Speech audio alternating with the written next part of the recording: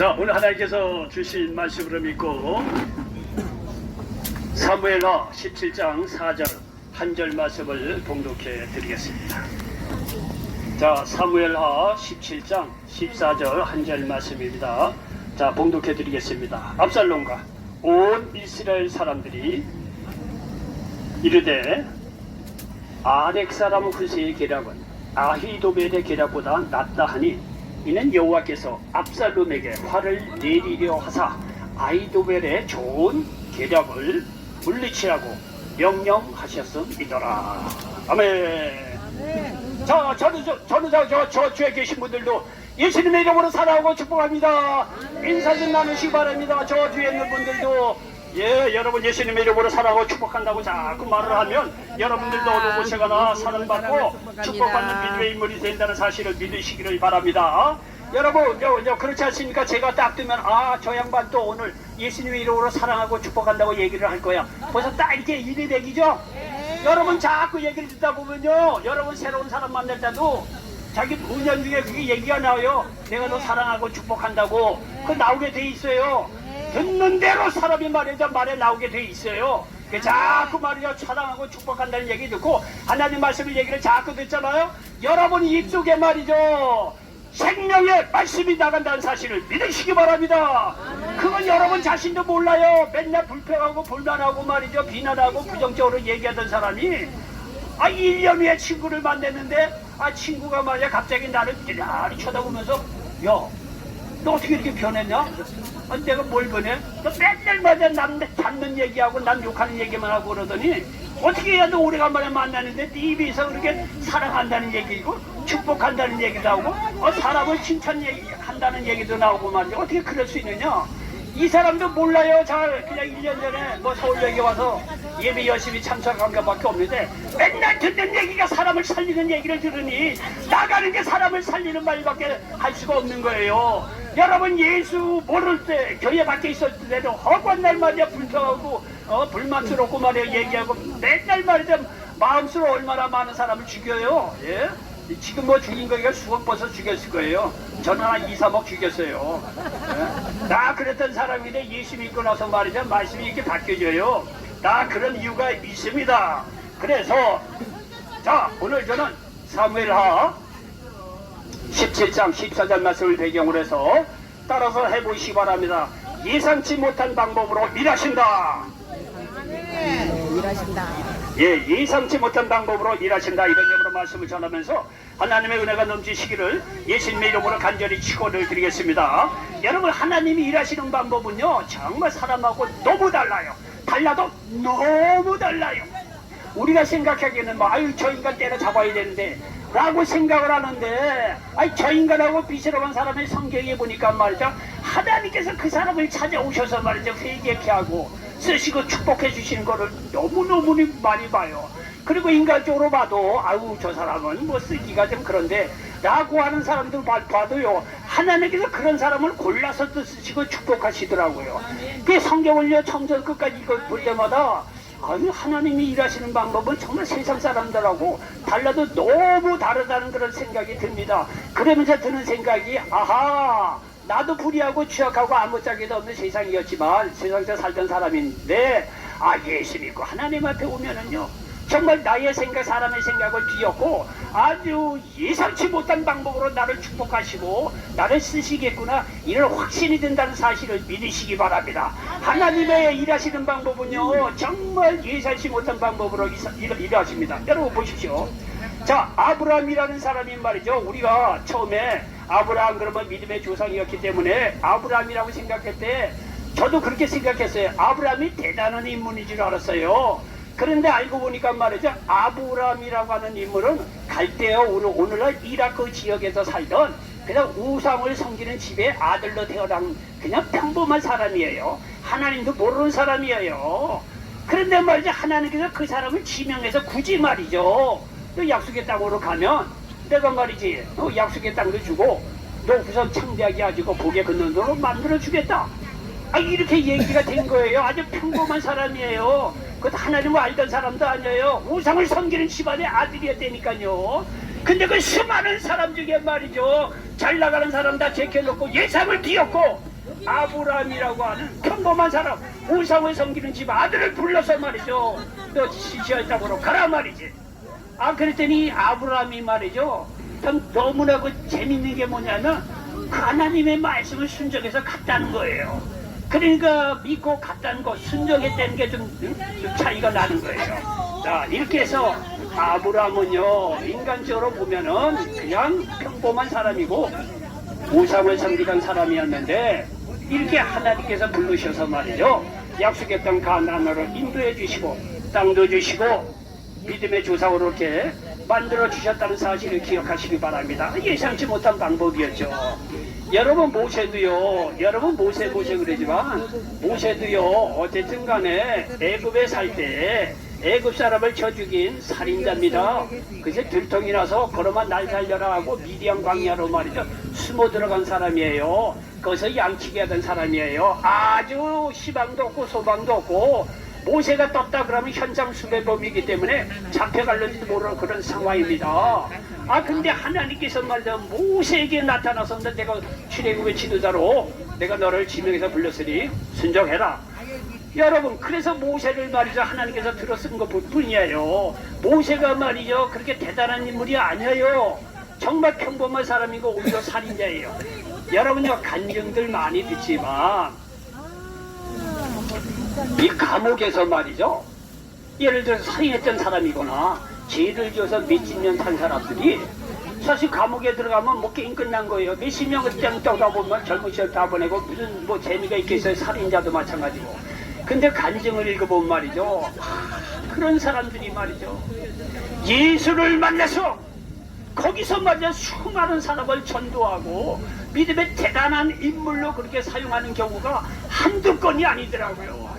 사람에게는 버림범이에요. 사람에게는 가까이 하고 싶지 않은 살인자라니까요. 그런 사람이 감옥 안에서 말이죠, 예수를 믿고 나죠, 수많은 사람의 복음을 전하고 말이죠, 세상을 떠난 경우가 얼마나 그런 간증을 많이 보는지 몰라요. 하나님의 역사하는 방법은 우리의 예상을 뒤엎고 말이죠, 다르다는 사실을 기억하시길 바랍니다. 여러분이 야곱을 보십시오. 야복강에서 말이죠, 혼자 외롭게 떨어지게 됐어요.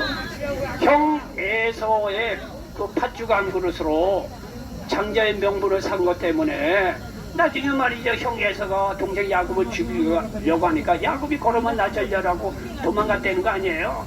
그래서 외삼촌 라반의 집에 가서 거기서 말이죠, 한 20년을 능분치 겨를도 없이 고생을 하고 뭐 결혼도 하고 뭐 재물을 이끌고 내려오죠. 그런데 여러분요, 재물을 이끌고 부인이 많고 자녀가 만들 뭔 소용에서 야복강에서 딱 도착해 보니까 형 에서가 마음에 걸린 거 아니에요. 그래서 형 에서가 말이죠, 사람을 보내보니까 사람들을 말이야 수백 명 데리고 동생 야곱을 보러 온다는 거 아니에요. 근데 야곱이 자기가 옛날에 한 짓이 있으니까 형 에서에게 팥죽 한 그릇 장자의 명분을 산 게 있으니까 이 형 에서가 두려운 거예요. 자, 보십시오. 여러분, 야곱 얘기를 많이 하니까 너무 그냥 뭐 별게 반응이 없는데, 우리가 야곱이라고 하는 입장에 들어가서 오늘날 야복강가에 있다고 한번 생각해 보세요. 야곱은요, 끝난 인생이에요. 그러니까요, 야복강에서 한 발자국도 나갈 수가 없는 거예요. 형 에서가 오면 자기가 죽는다는 걸 알기 때문에요. 그러니까 말이야, 그 인생이 얼마나 공고하겠냐 이거예요. 그 사람이 과거에 열심히 일해서 말이죠, 가축도 많고 좋은 부인은 없고 아들을 말이죠, 야곱이 12아들을 얻었어요. 그 대군을 끌고 온들 뭔 소용이냐. 형 에서가 죽이겠다고 하니까 야복강 나루터에서 혼자서 밤새도록 있는 그 야곱을 생각해보라 이거예요. 인간적으로 야곱이 끝난 인생이에요.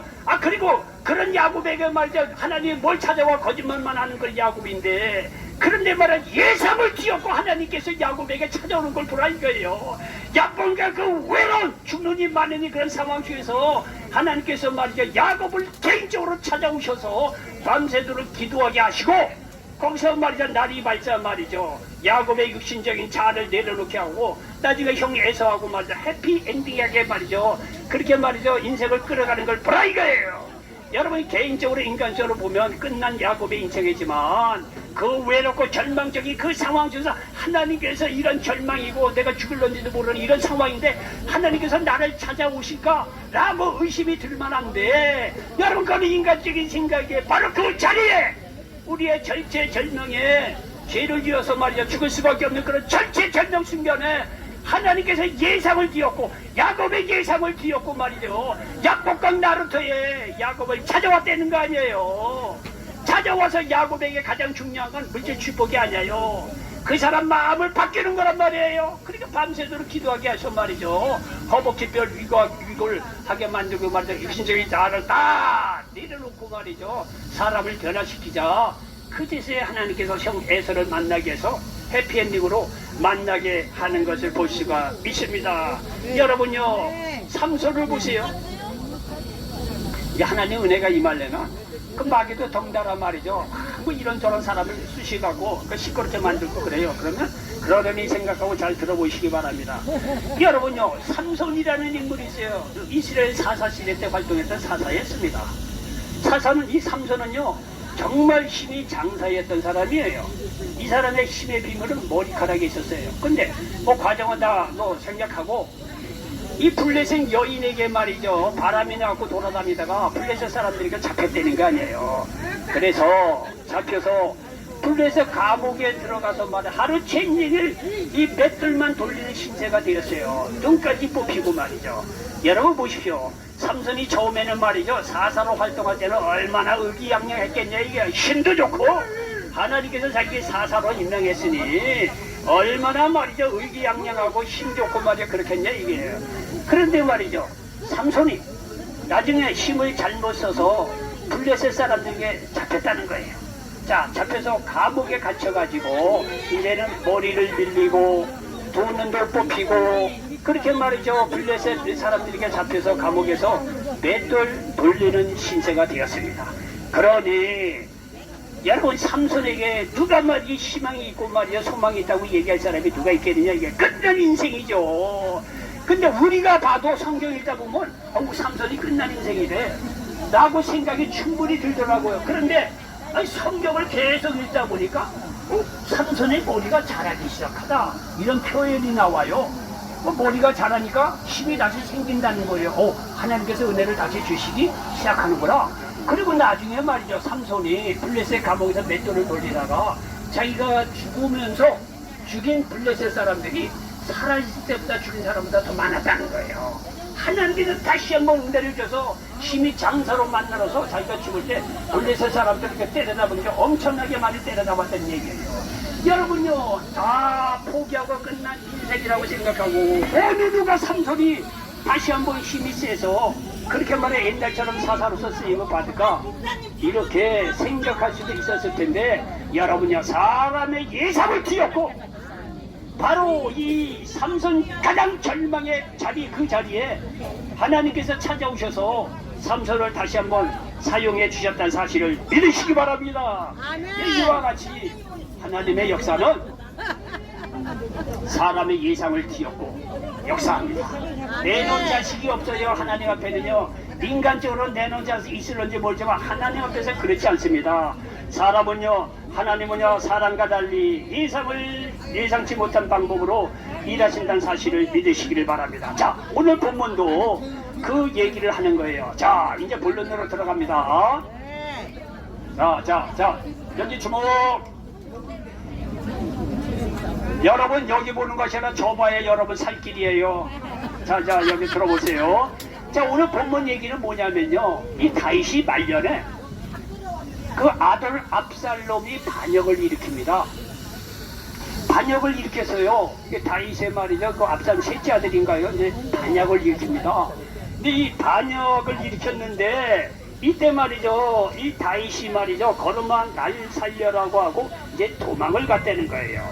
여기 사무엘하 15장 13절 14절에 보니까 이렇게 기록이 되어 있습니다. 전령이 다윗에게 와서 말하되 이스라엘의 인심이 다 압살롬에게 돌아갔나이다 한지라. 다윗이 예루살렘에 함께 있는 그의 모든 신하들에게 이르되 일어나 도망하자. 그렇지 아니하면 우리 중 한 사람도 압살롬에게서 피하지 못하리라. 빨리 가자. 두렵건대 그가 우리를 급히 따라와 우리를 해하고 칼날로 성읍을 칠까 하노라. 여러분, 다윗은요 왕이 되기 전에는 블레셋이라든가 이런 나라에 정처없이 도망 다녔어요. 사울왕을 죽이려고 하니까. 근데 왕이 되고 난 뒤에 다윗이 도망 다녔다 이런 기록이 없어요. 그런데 딱 한 군데 있어요. 다윗의 말년에 압살롬, 자기 아들 압살롬이 반란을 일으키니까 그때 걸어마 날살자라고 예루살렘을 떠나고 도망갑니다. 그리고 압살롬이 나름대로 인물이 출중했대요.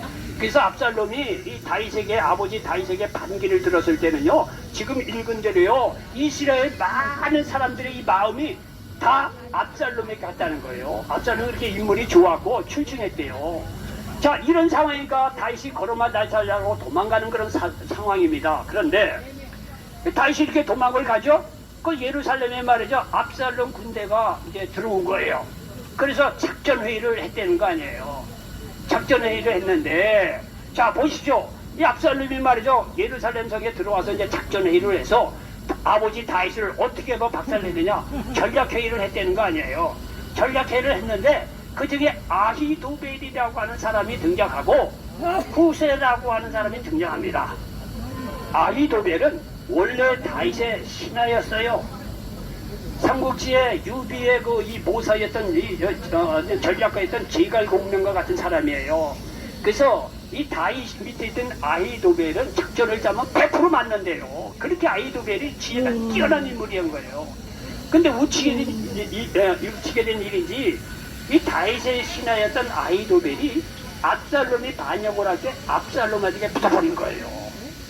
그 다윗이 게임 끝난 거예요. 이 지략가가 벌써 그쪽으로 넘어갔다는 얘기는 그 끝난 거예요. 그런데 이렇게 말이죠, 압살롬이 딱 반란을 일으켰을 때 예루살렘 성안에 후세라는 사람이 있는데 다윗의 친구예요. 그 양반이 뭐래, 자기 친구 다윗왕이 이렇게 정철시 도망가니까 또 친구 있고 의리가 있으니까 후세가 다윗을 쫓아갔지 않았겠어요?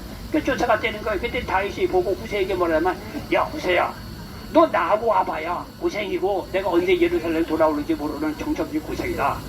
네가 나에게 은혜를 베푼 건 딱 한 가지다. 다시 압살롬에게 들어가서 내가 아버지 다윗을 섬겼듯이 내가 이제 아들인 압살롬 왕을 내가 섬기겠습니다. 이렇게 얘기를 하고 거짓으로 그렇게 투항을 해서 거기서 무슨 작전회의를 어떻게 하는지 내게 와서 보고를 해라. 얘기가 이렇게 된 거예요. 그래서 후세가 말이야 쫄래쫄래 와서 압살롬에게, 아유 압살롬 왕이야 만세수를 하옵소서 이렇게 얘기한 거예요. 그랬더니 압살롬이 그 얘기, 이 후세가 그런 얘기하니까 이 압살롬이 깜짝 놀라서, 야 후세, 너는 우리 아버지 다윗의 친구 아니냐? 너 다윗을 쫓아가야 되지 왜 나한테 와서 말이야? 압살롬 왕이야 만세수를 하느냐? 이런 얘기하는 게 어딨냐? 그랬더니 이 후세가 하는 얘기를, 내가 옛날에는 다윗왕을 섬겼는데 이제는 아들 된 압살롬 왕을 섬겨야 되는 거 아니겠습니까? 후세가 이렇게 말이죠, 딱 가리고 거짓을 얘기했다는 거 아니에요. 그래? 그럼 너도 작전회의에 들어와라. 그 아히도벨도 작전회의에 들어오고 압살롬의 작전회의를 딱 짜는 거예요. 그 아히도벨이 아내 자기를 뭐라고 했냐면은, 이 다윗이 말이야 급히 도망가느라고 지금 말이지 뭐 준비한 것도 없고 병력도 많지 않을 거다.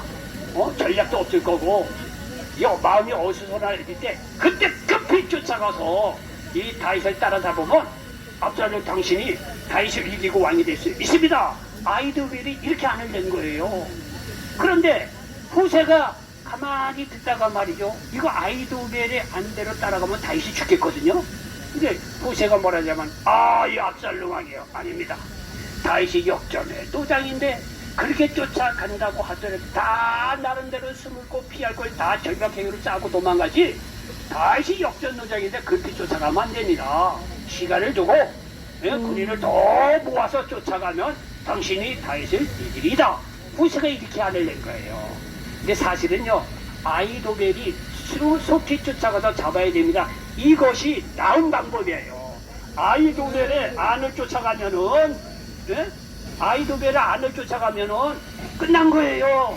근데 후세가 딱 그런 안을 냈더니 이 왕이나 주위에 있는 사람들이 생각하기에 뭐냐면요, 후세의 안이 더 좋습니다. 조금 기다렸다가 우리들을 더 본 다음에 그게 쫓아가는 게 낫습니다. 얘기가 이렇게 된 거예요. 그러니까 하나님께서 어떻게 역사를 했냐면 좋은 아이도벨의 안을 패하고 좋지 않은 그 후세의 방법을 채택할 수 있도록 백성들의 마음을 그렇게 다 쏠려버리게 했다는 거예요. 하나님께서 모르게 다윗을 위해서 이렇게 예상치 못한 방법으로 사람의 마음, 이 아이도벨이 그렇게 지혜가 있는데 그 지혜도 다 피할 수 있을 정도로 백성들의 마음을 쫙 움직여서 후세의 안을 쫓게 만들었다는 거예요. 그래서 좀 기다렸다가 군인 많이 모은 다음에 쫓아갔는데 다윗이 벌써 그 자리에 시간 벌었잖아요. 그 사이에 도망가서 안전한 곳에 피해서 다시 군사를 모으고 나중에 결국은 다윗이 승리했다는 거 아니에요.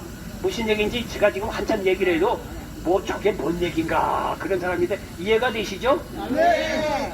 아이도벨 안을 쫓아가야 되는데 하나님께서 그걸 패하게 했다는 거예요. 그걸 다윗이 어떻게 알 수 있겠냐 이거예요. 그러니까 택하신 자녀들은요 내가 직접 알 수 있는 방법도 있겠고 내가 모르는 사이에 하나님께서 예상을 띄었고 우리를 도우신다 이 말씀을 드린다는 사실을 믿으시기 바랍니다. 네. 이건 다윗이 모르는 일이에요. 다윗이 걸음만 날살리려고 하고 지금 도망가는 거예요. 근데 예루살렘에서 압살롬이 말인데 전략회의를 하는데 이것이 어떻게 되느냐에 따라서 다윗은 박살나는 거예요. 빨리 쫓아가자. 아이도벨의 안을 채택하면 다윗이 끝난 거예요. 근데 하나님께서 역사해 주셔서 군인을 모아서 천천히 갑시다. 후세의 안을 채택하게 만들었다니까요. 그러니까 오늘 본문 얘기가 바로 그런 거예요. 다시 한번 읽어드리면 이해가 될 거예요. 압살롬과 온 이스라엘 사람들이 이르되 아렉 사람 후세의 계략은 아이도벨의 계략보다 낫다 하리.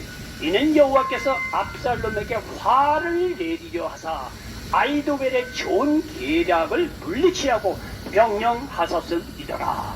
보십시오. 예상치 못한 방법으로 다윗을 돕는 걸 보라 이거예요. 하나님이 그렇다는 거예요. 사람의 예상을 뒤엎고 그의 택한 백성을 도우시고 인도하시고 함께하여 준다는 사실을 믿으시기 바랍니다. 그러니 여러분이 말이죠 아무리 내가 추악하고 죄를 지었고 말이야 지금 절망적인 사람이 이거 설사 만에 하나 살인을 저지르는 죄악 속에 있다고 하더라도 그건 여러분의 상황이에요. 거기에서 하나님께서 예상치 못한 방법으로 여러분을 살리신다는 사실을 믿으시기 바랍니다. 이 얼마나 좋으신 하나님이냐 이거예요. 성경이 읽어갈수록 그래요. 나는 부족하고 죄악이고 죽을 수밖에 없고 추악한 인간인데 어째서 나 같은 사람을 이렇게 구원해 주시고 말이죠. 축복을 내주는지 아니 자다가도 벌떡 일어서 감사할 일이고 예상을 못하겠다. 이게 예상을 못해요. 여러분요 저는 이제 강원도 홍천이 고향인데 홍천에는 홍천강 아름다운 강이 있어요. 그 어렸을 때 거의 물고기 잡으러 많이 다녔어요. 작살 들고 비랑결 쓰고 들어가잖아요. 천국이 따로 없어요. 물속이 천국이에요. 가보면 별 희한한 고기 많아요. 지금도 있겠지만 옛날엔 많았습니다. 근데 가보면요 야 어린아이 허벅지만한 메기 같은 거 다리발 밑에 보면 그런 것도 있어요. 근데 그런 거 보면요 상처 많이 나 있더라고. 쥐도 큰 놈하고 살려고 위험을 많이 받은 거예요. 뭐 붕어 이따만 것도 보면 비늘 떨어져 있고 큰 놈일수록요 몸에 상처가 많아요. 그 상처를 다 이기고 그때까지 살아남은 거예요. 그런 걸 보면서 사람의 인생도 그런 거 아니겠어요? 근데요 예수 믿는 사람도 마찬가지야. 비록 말이죠 상처가 나고 어려운 일이 있더라도 하나님께서 보호해 주셔서 생명을 지켜주시고 마침내 축복하여 주신다는 사실을 믿으시기 바랍니다. 여러분요 이렇게 예상치 못한 방법으로 하나님이 다윗을 도우셔서 다윗을 다시 예루살렘으로 왕으로 돌아오게 합니다. 여러분요 하나님도 말이죠 우리를 구원하실 것도 봐도 세상을 구할 이 방법으로도 예수님의 십자가를 선택을 하십니다. 그런데요 이거예요 예수님의 십자가가 사람들이 생각하기에는요 굉장히 어리석어 보이고 예상치 못한 방법이라는 거예요. 사람들이 생각하기에는요.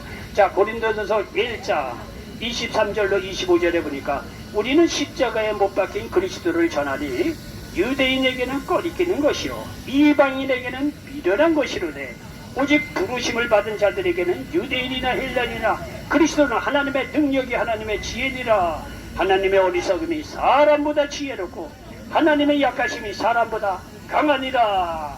예수님께서 십자가를 지셨으니까 우리가 이제 그렇게 받아들이는데, 만약에 십자가 지기 전이라고 한다면 예수님께서 내가 온 인류의 죄를 대속하기 위해 십자가에 죽을 거다라고 얘기한다면 그거 받아들이기 어려워요. 아니 하나님 자신인데 죽긴 왜 죽어? 아니 로마의 황제도 말이죠, 가면서 연전연석을 세계를 지배하고 그러는데, 아니 하나님 자신이 죽긴 왜 죽어? 십자가에 비참하게 왜 죽어? 그건 어리석은 방법이고 사람이 도대체 예상할 수 없는 방법이죠. 아니 하나님 자신인데 말씀 한마디로 뒤집어 엎는 세상인데 왜 십자가에 죽느냐 이게요. 만약에 예수님이며 십자가 지기 전에 우리에게 왔다면 아유 그건 어리석은 방법이에요. 부끄러운 일이고 미련한 것이고 지혜롭지 못한 방법이 어떻게 그럴 수 있느냐고 사람들이 다 그렇게 생각한다는 거예요. 아 그런데요, 예상을 뒤엎고 하나님께서 예수님 십자가에 말이죠 죽게 하셨다는 거예요. 왜? 하나님을 떠난 죄 때문에 사람이 죽습니다. 죄의 삭은 사망이에요. 그러니까 예수님이 이 세상에 오실 때부터 죽기를 작정을 하고 오신 분이에요. 죄의 삭은 사망이란 거예요. 그래서 예수님께서 우리의 죄를 대신해 십자가에 죽으시고 우리의 사망의 값을 대신 지불하신 거예요. 근데 죄가 없는 분이기 때문에 부활하신 거예요. 여러분 요게요 십자가의 핵심적인 논리하여 잘 들어보세요. 죄가 없는 분이기 때문에 예수님이 살아나신 거예요. 그리고 그 예수 그리스도를 믿을 때 죄 사함 받고 구원받는다는 사실을 믿으시기 바랍니다. 여러분요 이게요 믿는 사람은 이게 받아들이는데 믿지 않은 사람은 별 그런 게 어디 있어. 어리석다 이게요.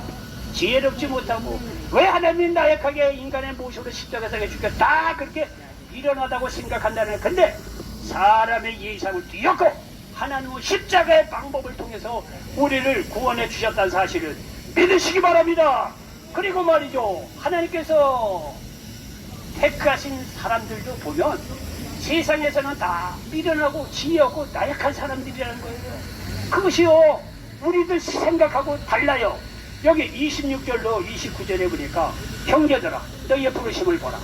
육체를 따라 지혜로운 자가 많지 아니하며 능한 자가 많지 아니하며 운벌 좋은 자가 많지 아니하도다.